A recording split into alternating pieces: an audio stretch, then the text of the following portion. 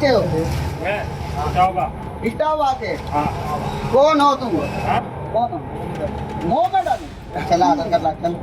यहाँ सिर्फ एक मस्जिद थी, तो ये जगह जो है सब मस्जिद की है, थाने वालों ने ले ली थी। फिर चाहे कोई नया मुसलमान हो, चाहे कोई पुराना मुसलमान हो, चाहे कोई अमीर मुसलमान हो, कोई गरीब मुसलमान हो, कोई जन्म से मुसलमान हो या फिर अपनी सोच समझ के बाद पढ़ाई लिखाई करके कुरान की नॉलेज लेकर के बना हुआ मुसलमान हो, या फिर कोई नेता मुसलमान हो या फिर आम मुसलमान हो, ऐसा लग रहा है कि इस वक्त देश के तमाम मुसलमानों पर मुसीबत आई हुई है। कोई भी सुरक्षित दिखाई नहीं दे रहा है। इस तरीके के तमाम सवाल एक बार फिर से सोशल मीडिया पर उठने लगे हैं। लोग पूछ रहे हैं, क्या इस देश की माइनॉरिटी की हालत ठीक वैसी हो गई है जैसे बांग्लादेश और पाकिस्तान और नेपाल की माइनॉरिटी? इस तरीके के तमाम सवाल इस वक्त पूरे सोशल मीडिया पर पूछे जा रहे हैं। जनता सरकार से सवाल पूछ रही है, अपने प्रधानमंत्री से सवाल पूछ रही है, और खास तौर पर इस वक्त आरएसएस को लेकर भी एक बहुत बड़ा खुलासा हो गया है। जी हाँ, आरएसएस से जुड़ी हुई एक खबर सामने आई है जिसने एक बार फिर से इस देश में दो तरीके के कानूनों को लेकर सवाल खड़ा कर दिया है। क्या देश में दो तरीके के कानून चल रहे हैं, माइनॉरिटीज के लिए अलग और दूसरों के लिए अलग? ये तमाम सवाल एक बार फिर से उठ रहे हैं। तमाम खबरें आज मेरे पास हैं, मैं सब कुछ आज इस वीडियो में बताने वाली हूँ, विस्तार से समझाऊंगी इस देश के मुसलमानों की हालात, इसलिए वीडियो को पूरा जरूर देखिएगा। सलाम नमस्ते, मेरा नाम फरीन अंसारी है और ये खबर आप द नेशन 360 पर देख रहे हैं। देखिए दोस्तों, आज मैं देश के मुसलमानों के हालात से जुड़ी कई सारी अपडेट्स आपको बताऊंगी, एक एक करके सारी खबरें दिखाऊंगी। लेकिन सबसे पहले पहली खबर में मैं आपको एक तस्वीर दिखाना चाहती हूँ। ये वो तस्वीर है। अब जरा इसके साथ एक और तस्वीर देख लीजिए, ये भी तस्वीर है। ये दोनों तस्वीरें जो आप देख रहे हैं दोस्तों, ये दोनों तस्वीरें एक ही शख्स की हैं, आयुष मलिक, जो कि मोहम्मद अली बन चुके हैं। जी हाँ, आयुष मलिक ने हिंदू धर्म छोड़कर इस्लाम अपना लिया था। बीते कई दिनों से इनकी खबरें सोशल मीडिया पर छाई हुई थी। आयुष मलिक को लेकर कहा जा रहा था कि उन पर जबरन धर्म परिवर्तन का जो है प्रेशर बनाया गया और फिर इनको हिंदू से मुसलमान बना दिया गया। इसके खिलाफ आयुष की जो पत्नी है, मुस्लिम पत्नी चांदनी, उनको गिरफ्तार किया गया, उनके पिता को गिरफ्तार किया गया, आयुष मलिक के फुफेरे भाई को भी गिरफ्तार कर लिया गया, तमाम मुसलमानों को गिरफ्तार करके जेल भेज दिया गया।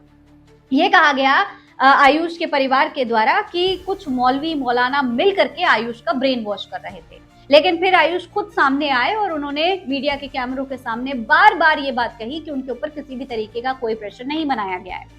वो खुद इस्लाम में आए हैं, इस्लाम को पढ़कर समझकर तब उन्होंने इस्लाम धर्म अपनाया है। किसी ने उन पर कोई भी प्रेशर नहीं बनाया, कोई भी ब्रेन वॉश नहीं किया गया है उनका। वो मैच्योर हैं, पढ़े लिखे हैं और समझ सकते हैं कि उनका अच्छा और बुरा क्या है।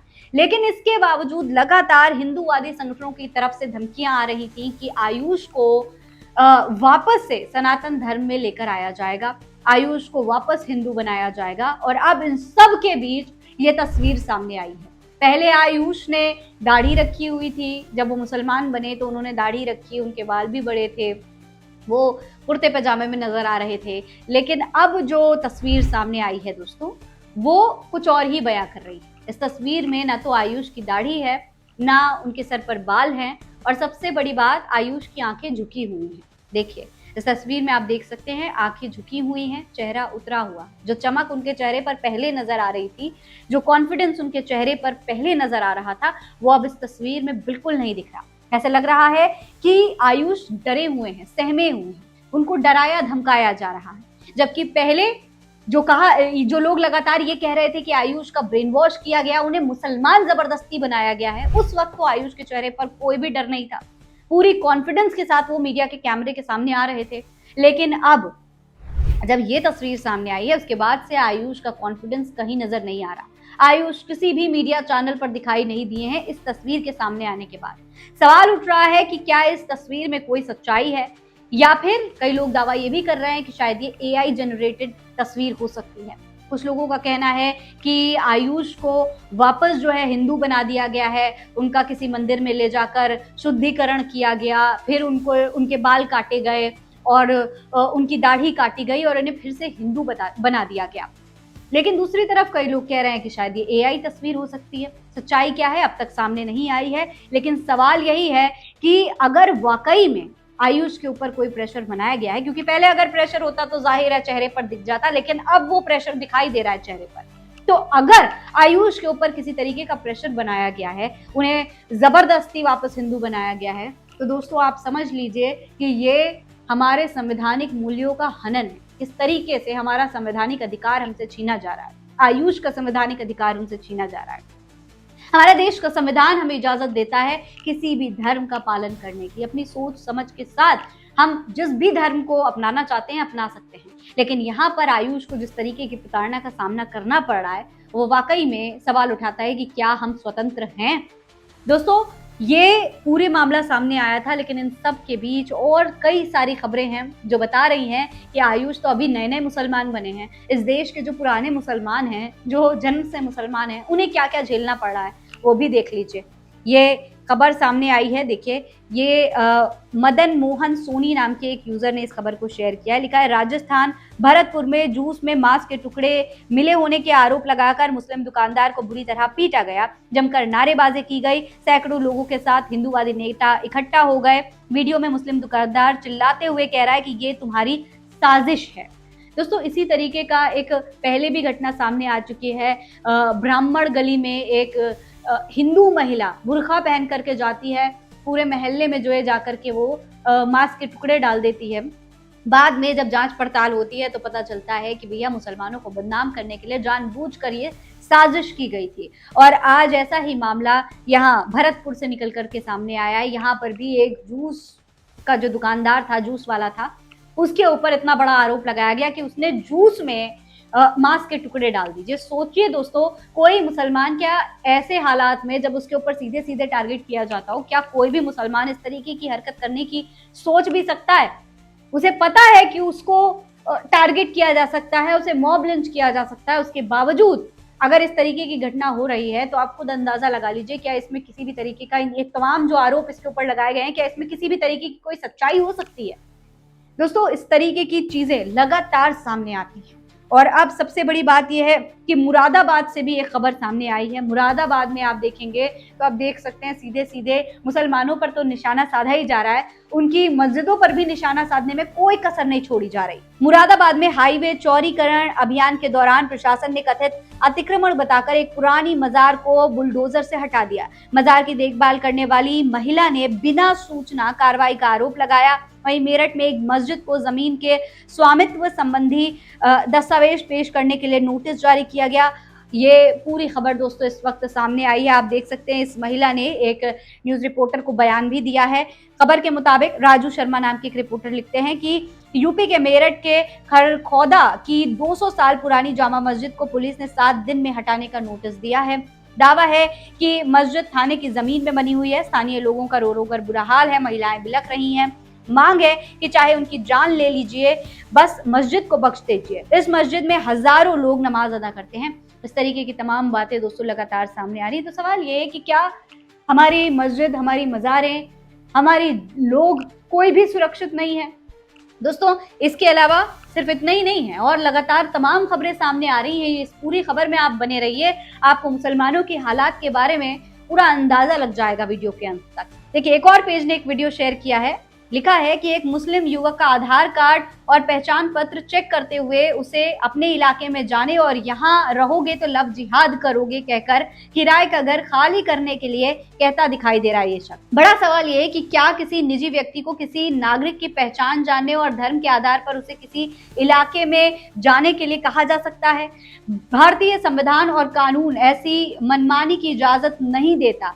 अहमदाबाद गुजरात का ये वीडियो बताया जा रहा है। यहाँ पर आप देख सकते हैं इस वीडियो में ये आदमी गले में भगवा पट्टा डाल करके आता है और इस शख्स के कहता है कि भैया तुम जाओ यहाँ से, मुस्लिम इलाके में रहो जाकर, क्योंकि ये मुसलमानों का इलाका नहीं है, यहाँ पर रहोगे तो लव जिहाद करो।